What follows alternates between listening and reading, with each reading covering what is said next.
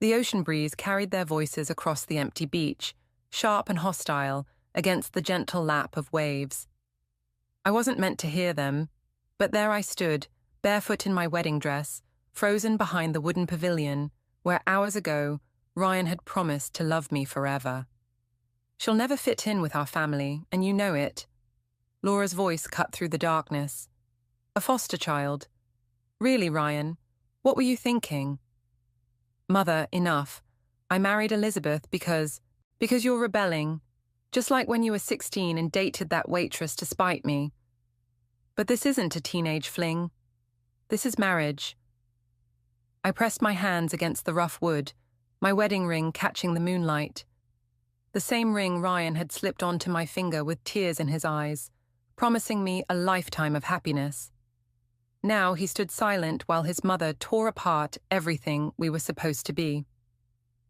"Give it time," Ryan said finally, his voice weak. "Elizabeth is different." "Different?" Laura laughed, the sound like breaking glass. "That's precisely the problem. She's not one of us, never will be. Did you see how she handled the wine selection at dinner? Completely clueless." My cheeks burned. I'd chosen the wine I thought tasted best, not the most expensive one. Such a simple thing, but in Laura's world, every choice was a test I seemed destined to fail. "She's smart, Mother, a successful translator, a glorified secretary who plays with words. Is that what you want? Someone who works for a living when she should be managing charity galas and upholding our family's reputation?" The silence that followed hurt more than any words could. Ryan, my husband of 8 hours, didn't defend me, didn't tell his mother that love mattered more than social status, didn't mention how David and Susan, my foster parents, had given me more love and support than money could buy. "What do you expect me to do?" Ryan's voice had changed, becoming smaller, more uncertain, like a child seeking approval. "Nothing drastic, not yet, but remember, darling, prenuptial agreements can be very useful things, especially when certain parties prove unsuitable." My fingers curled into fists, pristine French manicure digging into my palms. The pain helped me focus, helped me push back the tears threatening to spill.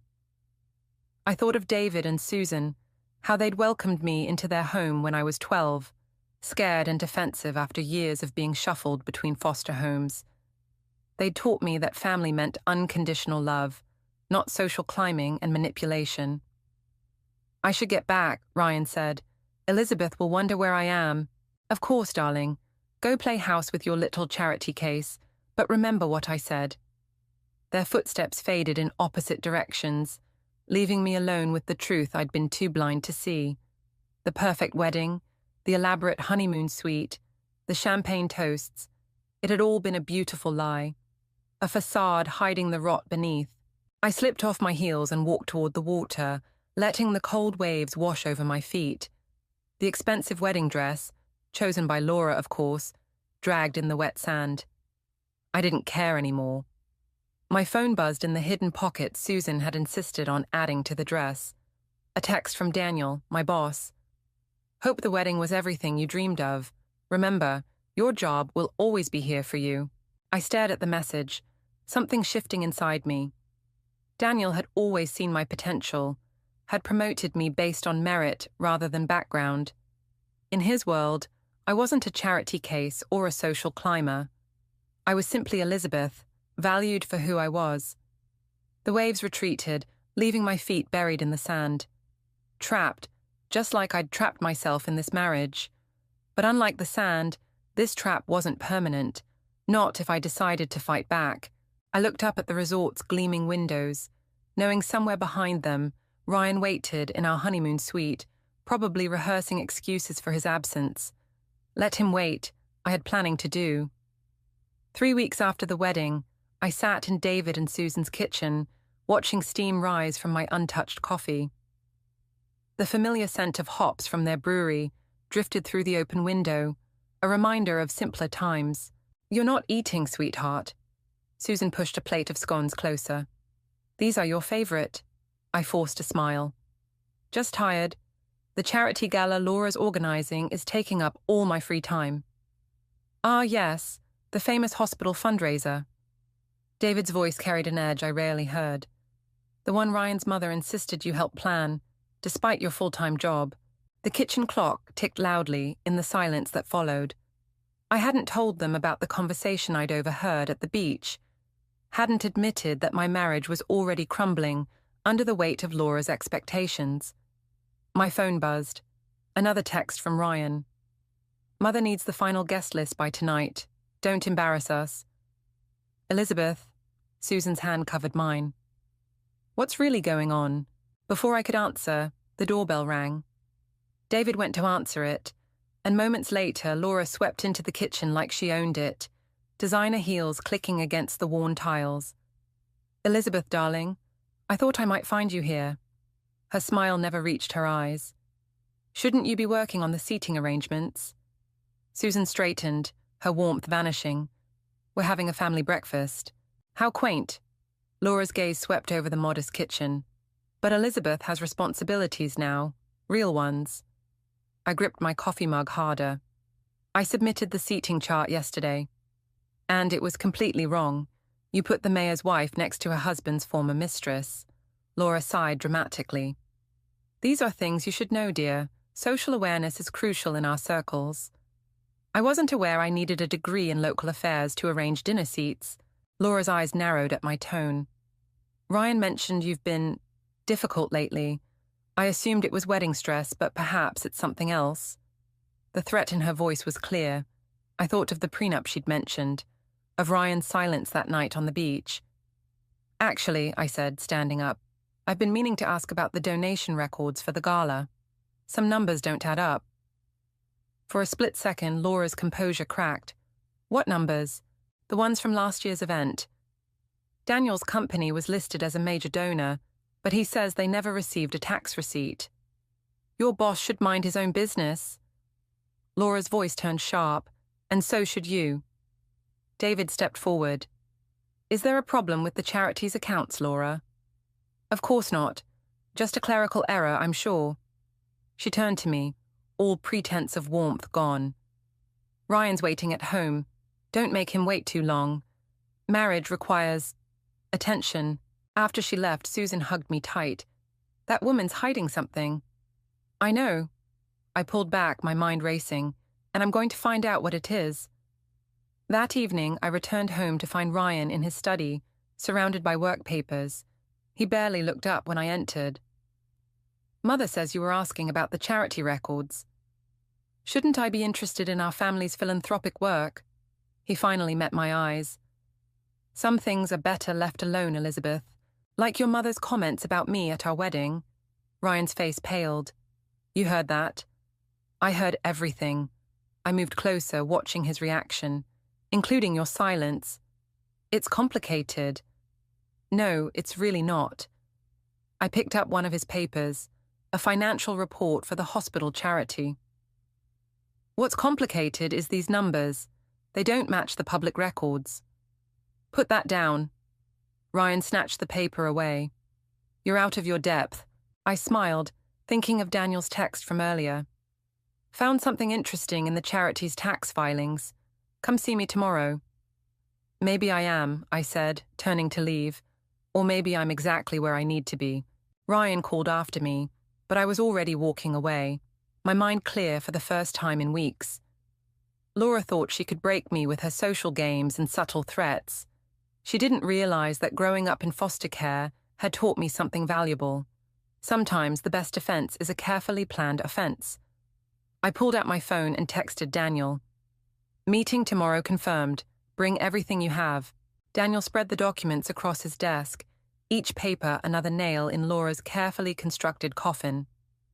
The hospital charity's been a front for years. Money goes in, but only half makes it to actual medical equipment. I traced the flow of numbers, my hands trembling. Where's the rest going? Private accounts, shell companies. He tapped a statement. Most of it ends up here.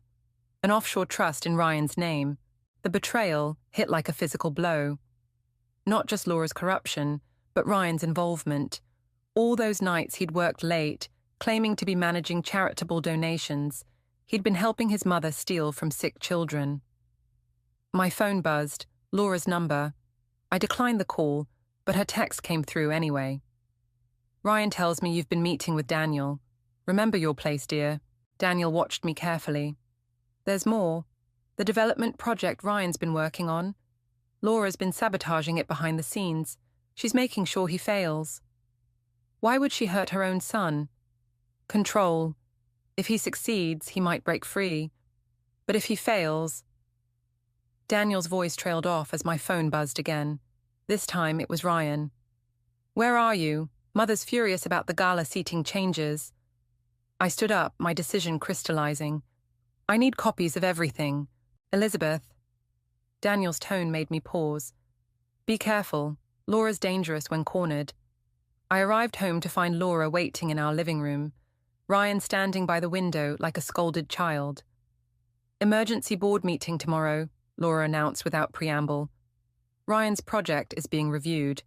Apparently, someone raised concerns about financial irregularities. Ryan's head snapped up. What? That's impossible. Unless, Laura cut in, someone's been talking to the wrong people. Her eyes fixed on me. Like certain employees at rival firms. I don't know what you're talking about. I kept my voice steady, thinking of the documents in my bag. No? Laura stood, smoothing her designer dress. Then you won't mind explaining why you've been meeting with Daniel. He's quite interested in our family's business lately. Daniel's my boss. We discuss work. Your work is translation, not finance. She moved closer. Stay in your lane, Elizabeth.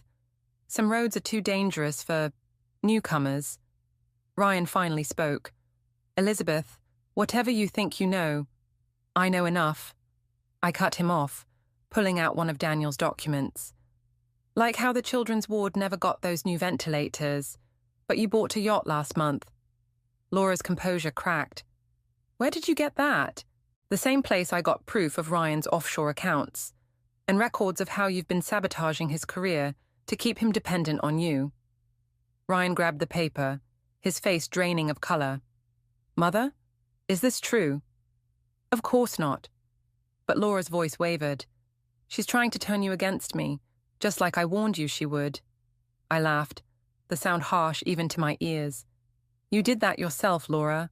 I'm just exposing the truth. Truth? Laura's eyes turned cold. Here's truth. Ryan's filing for divorce. Aren't you, darling? The silence stretched. I watched my husband, the man I'd loved, the man I'd thought loved me, struggle with his mother's leash. I'm sorry, he whispered finally. Mother knows best. Does she? I pulled out my phone, showing them the email I'd just sent. Because the hospital board might disagree. They're very interested in where their donations went. Laura lunged for my phone, but I stepped back.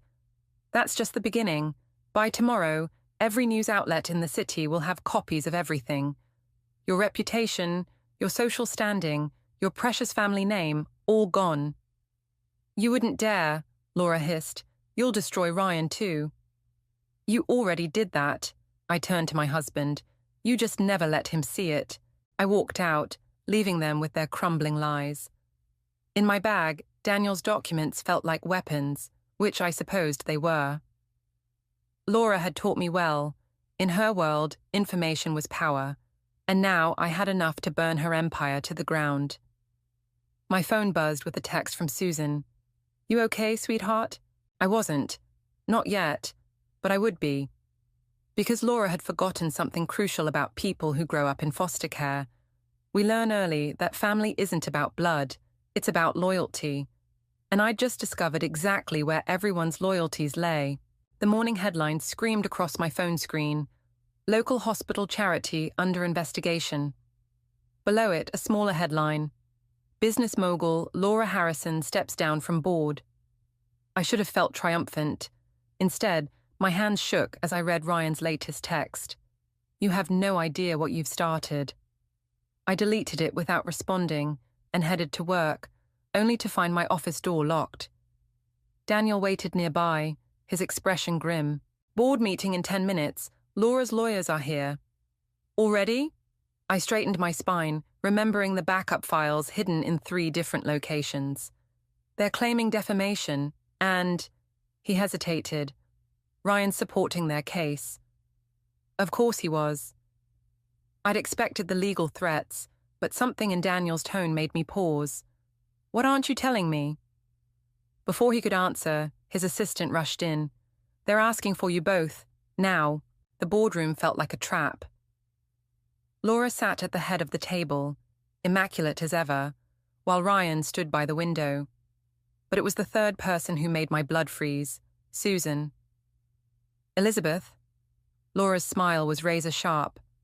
Thank you for joining us. I believe you know Ryan's private investigator. Susan met my eyes, her familiar warmth replaced by professional detachment. I'm sorry, Elizabeth. The room tilted. Susan, my foster mother, my rock, had been working for them all along. Quite the thorough investigation, Laura continued. Every meeting, every phone call, every document you accessed, all carefully documented. I gripped the back of a chair. Why? Insurance, Ryan said quietly. Mother always has insurance. Susan pulled out a folder. Elizabeth's foster care records, including sealed juvenile documents about a fire at her 3rd foster home. My chest tightened. That fire, an accident, ruled inconclusive. I'd been 12, angry, lost. No charges filed, but the whispers had followed me until David and Susan took me in. Or so I'd thought. You were never just foster parents, were you? The words tasted like ash. We loved you, Susan whispered. That was real, but Laura hired us to monitor potential threats to Ryan's future. Daniel stepped forward. This is harassment. This, Laura cut in, is protection. Elizabeth here thinks she can destroy my family. I've been destroying threats to my son's happiness for decades. Happiness? I laughed, the sound brittle. You call this happiness? I call it survival. Laura stood. Now, here's what happens next. You'll retract your allegations about the charity. Claim it was a misunderstanding. Then you'll accept a generous divorce settlement and disappear. Or those sealed records become very public, along with some interesting theories about that fire. The media loves a scandal. Imagine the headlines about Ryan's unstable, potentially dangerous wife. I looked at Susan, seeing years of shared memories crumble. Was anything real? Everything that mattered. Her voice cracked. But Laura has evidence that could hurt David's brewery, our retirement, our employees' livelihoods. Enough. Daniel's voice cut through the tension. Elizabeth, don't say another word. This meeting's over. I walked out, my legs somehow carrying me despite the weight crushing my chest. Behind me, I heard Ryan call my name, but I kept moving. In Daniel's office, I finally broke. They had Susan watching me for years. Everything I thought I knew. Listen carefully. Daniel lowered his voice. Laura's not the only one with insurance. Remember that project I mentioned? About Ryan's development deals? I wiped my eyes, focusing. What about it? There's something they don't know we found. Something bigger than charity fraud. He slid a USB drive across his desk. Laura's not the only one who's been planning ahead. I stared at the drive, thinking of Susan's betrayal, of Ryan's cowardice, of Laura's endless manipulation. They thought they could bury me with my past. Fine, let them try. Because they'd forgotten something crucial, that angry 12-year-old girl they were threatening to expose. She survived. She learned. And now she had nothing left to lose.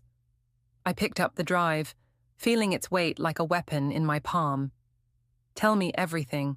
The USB drive Daniel gave me contained something far worse than charity fraud. Development contracts, shell companies, and buried deep in the data, evidence of environmental violations that would destroy not just Laura's reputation, but her entire empire. I sat in my hotel room, surrounded by printouts and laptop screens, when someone knocked. Through the peephole, I saw David, alone. Elizabeth. His voice carried none of its usual warmth. Please, 5 minutes. I opened the door but kept the chain on. Did Susan send you? No, She doesn't know I'm here. He looked older, tired. Can we talk? Inside, he studied the papers scattered across the bed. You're really going through with this? They gave me no choice. There's always a choice.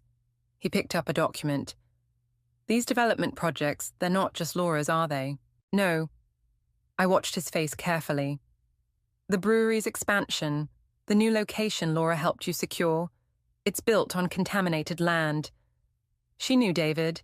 She knew, and she let you sink your retirement into it. He sank into a chair. Why would she? Insurance. Like everything else. I handed him the soil reports. One anonymous tip to the environmental agency, and you lose everything. She owns you, just like she owns Ryan. And you're going to expose it all? Tomorrow night, at the charity gala. I smiled without humor. Laura's last big social event before her temporary retirement from the board. It'll destroy us, all of us. You destroyed me first. The words came out sharper than intended. Or did you forget that part? My phone buzzed, Ryan calling again. I declined it, but not before David saw his name. He's been asking about you. Says he wants to explain. There's nothing to explain. I turned to the window, watching the city lights blur. He chose his side long ago. So did Susan. So did you. We loved you. David's voice cracked. Whatever else happened, that was real. Was it? Or was I just another investment? A backup plan in case Laura needed leverage? The silence answered for him. My phone buzzed again. A text from Daniel. Board meeting moved up, tomorrow morning. Laura's making her move. You should go, I told David. Plausible deniability. When this breaks tomorrow night... Elizabeth. He stood, suddenly looking more like the father I remembered. What if there's another way? What if... Don't. I held up my hand. Whatever Laura's offering, whatever deal she's dangling, it's too late. She'll destroy you, your past, your career. My past? I laughed. That fire they're threatening to expose. It wasn't an accident. But it wasn't me either. It was my foster brother, the one they sent away, the one nobody believed. I met David's eyes. I learned then what happens when powerful people write the narrative. I won't let it happen again. His phone chimed, Susan calling. He stared at it, torn between two loyalties. Go home, David. Hold Susan. Remember what it felt like to be good people. I turned back to my work. Tomorrow, everyone's true nature gets exposed. After he left, I opened Daniel's file on Ryan's development projects. The contamination wasn't just environmental, it was human. Displaced families, destroyed communities, all sacrificed for profit. Laura's legacy of destruction, wrapped in charity galas and social prestige. My phone buzzed one last time. Laura. Final chance. Walk away now, or I release everything. I thought of that 12-year-old girl, watching her foster brother taken away for a crime he didn't commit. Thought of Susan's betrayal, Ryan's weakness, Laura's endless manipulation. Release it, I typed back. Tomorrow I release everything too. Let's see whose truth survives. I turned back to my preparations for the gala. Laura thought she was protecting her son, her legacy, her perfect world. She didn't understand that some people, pushed too far, stop caring about protection. Some people just want to watch carefully constructed lies burn. Tomorrow, we'd all learn what happens when the powerless finally gain power. When the watched become the watchers. When revenge stops being about justice and becomes something darker, deeper, more complete. I picked up my phone one last time, sending a single text to Daniel. It's time. Release the first wave. The game was changing. Let them scramble to protect themselves. By tomorrow night, there would be nothing left to protect. The charity gala glittered with false promises, just like everything else in Laura's world. I adjusted my midnight blue gown, borrowed from the costume department at Daniel's firm, and watched the security feed on my phone. Laura stood at the podium, practicing her speech about community service and family values. Everything's in place. Daniel appeared beside me, champagne glasses in hand. The press is here. Environmental inspectors are standing by. One word from you. Elizabeth. Ryan's voice froze me. He stood in the doorway of the empty conference room, looking lost in his expensive suit. You need to leave. Daniel stepped forward, but I touched his arm. It's fine. Give us a minute. After Daniel left, Ryan moved closer. You're really going through with this? Funny. David asked the same thing. I saw him yesterday. He told me about the contaminated land. Ryan ran a hand through his hair. Mother says she can fix it. Make it go away. Like she made me go away. That's not... He stopped, frustrated. I loved you. Part of me still does. Part of you? I laughed. That's the problem, Ryan. You've never been whole, just fragments of whatever your mother wanted you to be. My phone buzzed. A text from Susan. Please don't do this. We can find another way. They're scared, Ryan said, watching me delete the message. We all are. You have no idea what Mother's capable of. Actually, I do. I pulled up the environmental report. Did you know about the cancer cluster and that development you built? The one Mother helped cover up? His face went pale. Those reports were sealed. Like my juvenile records? I moved closer. Your mother's not the only one who knows how to dig up secrets. The ballroom speakers crackled. Laura's introduction beginning. Ryan grabbed my arm. Whatever you're planning, stop, please. For what we had was a lie. I pulled away. Everything was a lie. I headed for the ballroom, but Ryan's next word stopped me. She'll release the truth about the fire. Let her. Not your truth, his truth. Ryan's voice dropped. Your foster brother. Mother found him. He's willing to change his story. Say you were responsible. That he covered for you back then. The world tilted. You're lying. Check your phone. A video message waited. My foster brother, older now, haunted. Speaking Laura's scripted words about that night, about protecting me, about finally telling the truth. How much? My voice sounded distant. How much did she pay him? Enough to destroy your life instead of his. The ballroom erupted in applause, Laura beginning her speech about family legacy and charitable works. My phone showed Daniel's message. Now, Ryan stepped closer. Walk away. Take the settlement. Start over somewhere else. I thought of that scared 12-year-old girl, watching her only friend taken away. Thought of Susan's years of surveillance, David's compromised brewery, Ryan's weak love, all of Laura's perfectly orchestrated destruction. You know what's funny? I turned to Ryan. Your mother thinks she's protecting you, but she's just teaching you to be afraid. I walked into the ballroom as Laura reached her crescendo about family values. The USB drive felt heavy in my clutch. Now, I texted Daniel. The screens behind Laura flickered. Environmental reports appeared. Financial records. The cancer cluster data. Laura's voice faltered as photographs of displaced families filled the displays. What is this? She tried to maintain control. Technical difficulties? No, Laura. My voice carried across the suddenly silent room. This is truth. Your legacy. Security moved toward me, but stopped as reporters started shouting questions. Laura's face contorted with rage. Remove her. Before you do, I raised my voice. Ask your beloved chairwoman about the contaminated land she sold to local businesses. Ask about the families she destroyed. Ask about... The lights went out. In the chaos that followed, I felt someone grab my arm. Ryan's voice in the darkness. Mother says thank you for making this easy. The backup generators hummed to life, but it was too late. The screens were dark. My phone was dead. And Laura stood triumphant, tears in her eyes, playing the victim perfectly. I'm so sorry, she addressed the crowd. It seems my daughter-in-law's troubled past has finally caught up with her. Security, please escort her out, and someone call the police. I looked for Daniel, but he was gone. In my moment of revenge, I'd forgotten Laura's first rule. Always control the narrative. The handcuffs felt cold against my wrists, as Laura's carefully crafted story began to unfold. The holding cell's fluorescent lights buzzed like Laura's accusations in my head. 3 hours of questioning, and still no sign of Daniel.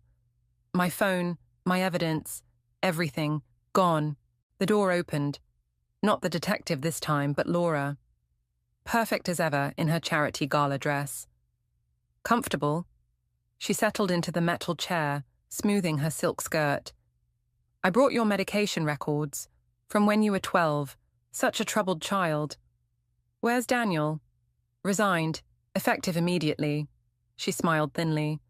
Something about family emergency overseas. He left quite abruptly. My stomach dropped. Daniel had abandoned me too. The press is having a field day. Laura examined her manicure. Unstable foster child attacks respected philanthropist. Claims conspiracy. Very sad, really. The cell door opened again. Ryan entered, carrying a manila envelope. The papers are ready, Mother. Excellent. Laura slid them across the table. Full divorce settlement. Very generous, considering your episode. Sign now, and these unfortunate charges disappear. I stared at the envelope, remembering the night I'd heard them on the beach. You planned this from the beginning. Please, Laura waved dismissively. You planned your own destruction. I merely provided the stage. And the audience? I met Ryan's eyes. Was that your idea or hers? He wouldn't look at me. Just sign, Elizabeth. End this. Like you ended those families' lives, the ones who got cancer from your contaminated development. Alleged contamination. Laura's voice hardened. Unproven claims from unreliable sources. The cell door opened a third time. A guard entered with Susan. You have 5 minutes, he said, leaving us. Susan looked destroyed, tears tracking her makeup. Elizabeth, please, sign the papers. David's at the hospital, his heart. Stop. The pieces clicked together. David was fine yesterday. Stress can do terrible things. Laura stood, especially to someone facing environmental violations, bankruptcy, potential criminal charges. Unless I sign. Smart girl. Laura nodded to Ryan. You almost had me worried at the gala. Almost made me believe you'd learned something about power. She leaned closer. But you forgot the most important lesson. I never play just one game.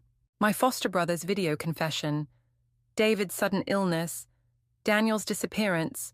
All carefully orchestrated moves in Laura's grand performance. I reached for the pen. Wait. Susan's voice cracked. There's something you should know. Susan. Laura's warning was sharp. No. Susan straightened. I've watched you destroy enough lives, Laura, including your own son's. Ryan started. Mother, what is she? 25 years ago, Susan continued, Laura had another charity, another cover-up, another family destroyed. Laura moved with surprising speed, but Susan was faster. She pulled out her phone, playing a video I'd never seen. A younger Laura, speaking to someone off camera. The adoption records are sealed. He'll never know you existed. My son will have everything, the right name, the right future. Your sacrifice ensures that. Ryan staggered back. What sacrifice? Your real mother, Susan said quietly. The waitress Laura mentioned at the wedding. She wasn't just some girl you dated. She was your birth mother trying to find you. The holding cell erupted in chaos. Ryan lunged for the phone. Laura screamed for guards. But through it all, I watched Susan, my foster mother, Laura's spy, and apparently something more. The fire investigation, I said, understanding finally dawning. You weren't watching me for Laura. You were protecting me from her. Susan nodded, tears falling. Because 25 years ago, I was that waitress's best friend. I watched Laura destroy her. I couldn't let it happen again. The guards burst in, but it was too late. The truth had broken Laura's perfect narrative. Ryan's face showed the devastation of a lifetime of lies unraveling. I picked up the divorce papers and tore them in half. You're right, Laura. I did forget something about power. I met her furious gaze. Sometimes it's not about who has the most weapons. It's about who has the truth. Guards! Laura's composure shattered. Arrest them all! But Ryan stepped between us. No, Mother, no more lies, no more games. He turned to me. I want to know everything. Laura's carefully constructed world crumbled around her as Susan's phone continued playing, revealing decades of buried truths. And in that moment, I realized sometimes the best revenge isn't destroying your enemies. It's forcing them to face themselves. The morning newspaper lay on my desk at Daniel's old firm, my firm now. The headline still drew stares from passing employees. Harrison Empire crumbles. CEO Laura Harrison faces federal charges. I traced the smaller headline below. Environmental scandal claims multiple victims. Whistleblower Daniel Chen named posthumously. The door opened. Ryan entered, looking older in his casual clothes, so different from his former polished self. They found Mother's offshore accounts. The prosecutor says she'll likely take a plea deal. And your birth mother? Flying in tomorrow. He fidgeted with his wedding ring, still wearing it, though we both knew our marriage was over. Susan's helping me prepare, says she kept letters, photos, everything Mother hid. My phone buzzed. David out of the hospital and back at the brewery. The environmental violations had been traced to Laura's shell companies, clearing him of wrongdoing. Another piece of justice, falling into place. Daniel knew, didn't he? Ryan's voice was quiet. About everything. I opened my drawer, pulling out Daniel's last letter, delivered by his sister after they found his car. Laura destroyed his family's business 20 years ago. He spent his career gathering evidence, building connections. I met Ryan's eyes. He hired me because of my background, knew I'd recognize the patterns. He used you. He gave me the weapons I needed, just like Susan gave you the truth you needed. Ryan sank into a chair. I keep thinking about that night at the beach, our wedding night. If I'd just stood up to her then... We can't change the past. I stood, gathering my things. But we can choose how it shapes us. The elevator ride down felt final. Outside, Susan waited by her car. Ready? She asked. Almost. I turned to Ryan. Your mother was right about one thing. I never belonged in her world. Elizabeth, but she was wrong about power. I handed him an envelope. These are copies of everything. The evidence, the accounts, the connections. Use them to rebuild something better than what she destroyed. Susan touched my arm. David's waiting. The brewery's evening crowd always needs an extra hand. Ryan stepped forward. I did love you, in my way. I know. That's what made it hurt more. The drive to the brewery was quiet until Susan spoke. You're really giving up the firm? It was never about the power. I watched the city fade into familiar streets. Daniel taught me that revenge isn't just about destruction. Sometimes it's about rebuilding. The brewery's lights glowed warm against the dusk. David stood in the doorway, looking stronger, more himself. Through the windows, I could see the regular crowd. People who worked hard, loved deeply, lived honestly. My phone buzzed one last time. A news alert. Laura Harrison accepts plea deal. Son to testify. I deleted it without reading further.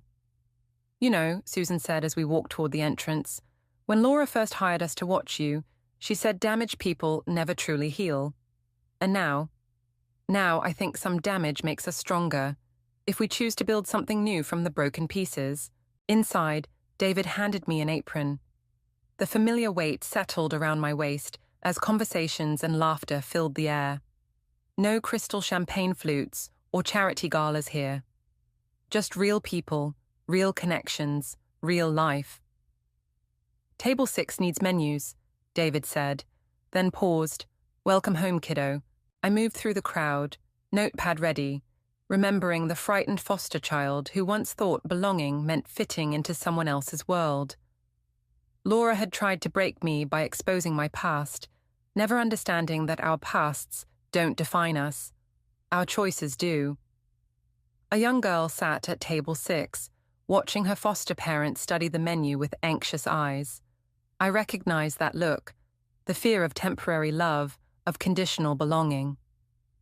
First time here? I asked, offering her a genuine smile. She nodded, relaxing slightly. Well then, I said, let me tell you about our house specials. Sometimes revenge isn't about making others pay. Sometimes it's about proving them wrong. And sometimes healing comes not from destroying the past, but from building a future strong enough to withstand it. I opened my notepad, ready to take their order, ready to begin again, ready to begin again, ready to begin again, ready to begin again, ready to begin again.